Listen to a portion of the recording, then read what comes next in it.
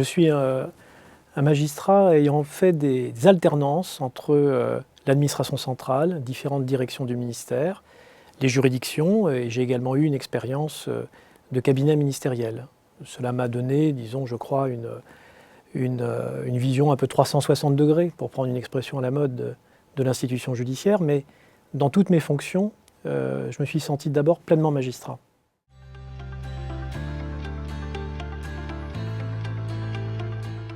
L'administration de la justice est finalement au cœur des grands enjeux du métier.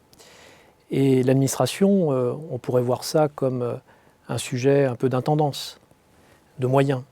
Ça l'est, mais c'est d'abord un sujet qui est au cœur de la gouvernance, qui est aussi au cœur de transformations importantes. On parle beaucoup de l'équipe juridictionnelle, on parle aussi de la transformation numérique. Et finalement, ce qu'on appelle l'administration de la justice, et ce que ce pôle incarne, c'est justement le point de rencontre entre l'évolution finalement du métier de magistrat et les grands enjeux qui sont les enjeux de l'administration, d'une politique publique, et où nous devons trouver, je dirais, un point d'équilibre entre la place qui est celle de la justice au sein de l'État, mais aussi la garantie et la protection de sa spécificité et en particulier de son indépendance. C'est donc un pôle essentiel, comme tous les autres.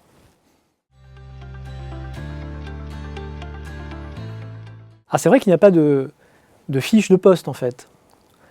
Donc quand on m'a proposé, et j'ai accepté d'ailleurs tout de suite sans vraiment réfléchir, alors je dirais que je vois plus mon rôle comme, si vous me permettez cette expression, comme un coach.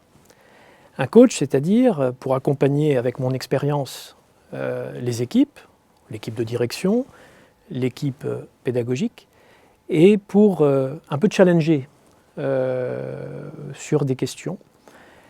Essayer aussi de voir comment on peut mieux articuler la formation initiale et la formation continue par rapport aux grands enjeux et aux besoins des juridictions. Je suis actuellement procureur de la République, et évidemment j'ai une idée assez précise aussi de ce qu'attendent les juridictions. Mais au-delà, et là cela concerne peut-être plus la formation continue, comment finalement on pense aujourd'hui ce qu'est un manager ou un dirigeant finalement judiciaire, qu'il soit chef de cour, chef de juridiction ou chef de service, et comment on pense finalement cette formation davantage en termes de parcours.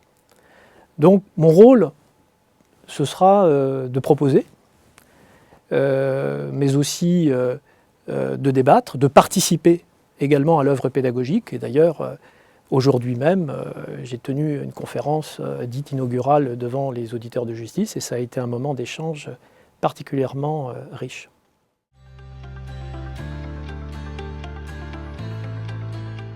Les grands enjeux, si je devais résumer, je dirais d'abord qu'il y a quand même un enjeu autour de la question institutionnelle.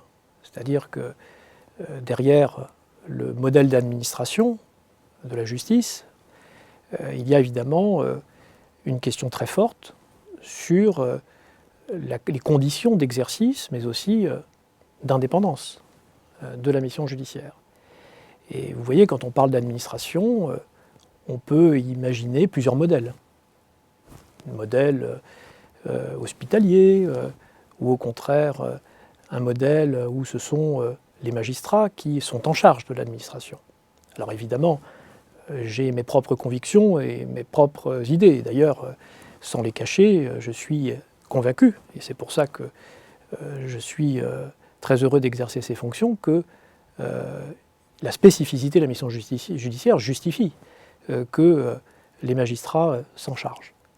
Mais ça, c'est un premier enjeu. Et donc, le pôle, évidemment, doit proposer une réflexion sur cette thématique. La deuxième, me semble-t-il, elle est davantage dans ce que j'appellerais l'enjeu managérial.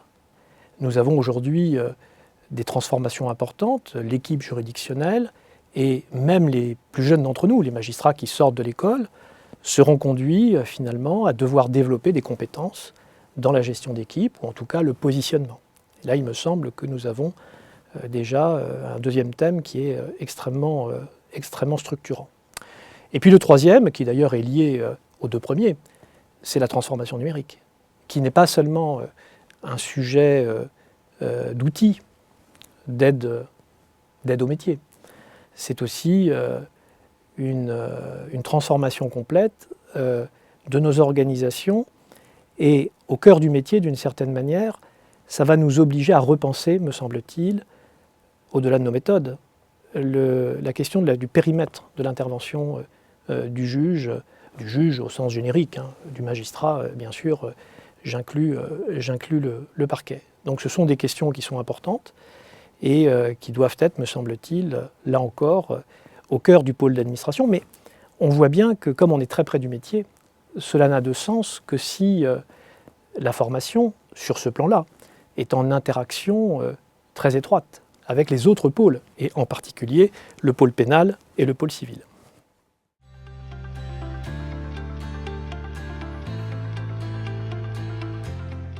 Je crois que parmi les thèmes, en tout cas, qui permettent d'illustrer justement toutes les problématiques dont je viens de parler, je trouve que le thème de politique de juridiction est un thème extrêmement intéressant. Parce qu'on parle beaucoup de politique de juridiction, et finalement, quand on cherche à le définir, ce n'est pas si simple. Je vous donne un exemple. La politique des peines, par exemple. Est-ce que la politique des peines, c'est que de la politique pénale? Bien sûr que non, puisque cela signifie que derrière la question de la politique pénale, il y a comment une juridiction va discuter de peines qui ensuite seront appliquées, prononcées par des juges indépendants dans un exercice qui est celui de l'exercice juridictionnel. Mais cette question pose la question des moyens que l'on va affecter à une politique prioritaire, par exemple la lutte contre les violences intrafamiliales.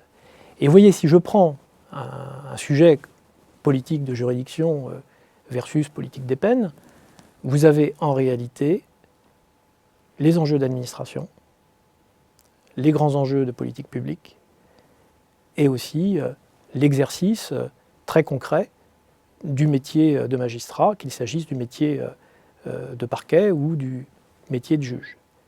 Donc je trouve que ce thème, un peu transversal, mériterait peut-être d'être abordé peut-être à plusieurs moments de la formation initiale, formation continue, et cela permettrait sans doute d'ailleurs des rencontres, parce que je crois que nous sommes en réalité dans un sujet qui est un sujet d'abord de dialogue.